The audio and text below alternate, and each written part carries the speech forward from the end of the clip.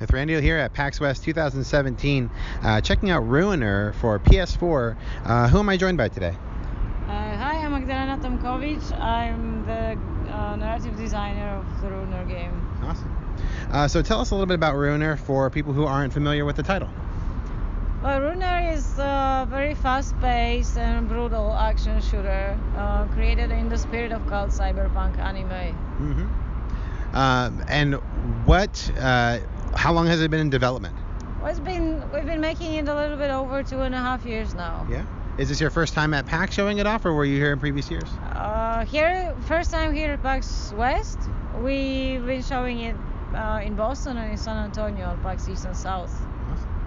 What would you say was one of the more difficult aspects of designing Ruiner when the game was being put together?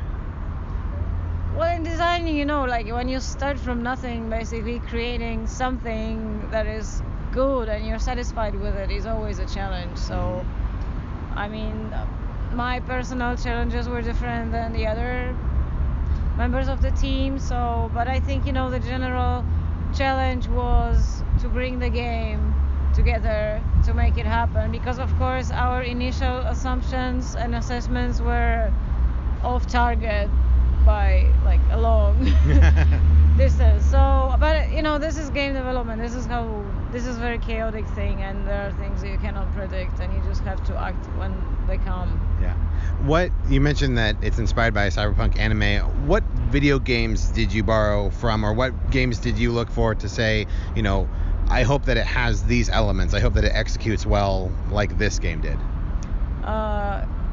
The feeling of one person partying of Hotline Miami was that kind of inspiration. So, but it wasn't that we wanted to emulate the gameplay, because our Ruiner's gameplay is different. Very different, yeah. Yeah, but the feeling of being in this dynamic space and kind of merging with the things happening, and kind of you have to play in Ruiner. You have to keep your mind open because the conditions are changing. Your enemies are fast. They're different. They come from different sides. You have to learn to react to them and kind of be prepared, and at the same time keep the pacing, keep the tempo.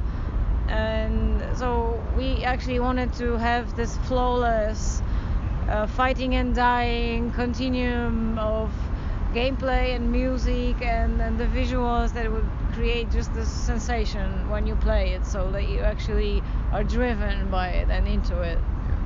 I noticed that there were a few different difficulty levels there. Will there be additional difficulty levels to unlock, or does it start with all of the difficulties right off the bat? Well, these are the difficulties that we have now, and actually the game originally was much harder. And so we wanted to kind of keep it that way for a long time, but then we came to realize that not everyone likes to be frustrated by dying constantly, but they still would want to play Ruiner, learn the mechanics, get to enjoy it and experience the adventure, because Ruiner is not just gameplay but also a storyline that is hopefully compelling. So we thought yes, it will make sense to introduce difficulty levels, but we are not, as of now, planning to add more. What is the timeline currently for Ruiner? When can we get our hands on this game? September 26th. All right. This year. And what platforms will it be on?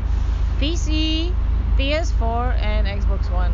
Awesome. At the same time. At the same time. Yeah. A lot of developers, there seems to be a lot of buzz around the Switch as well.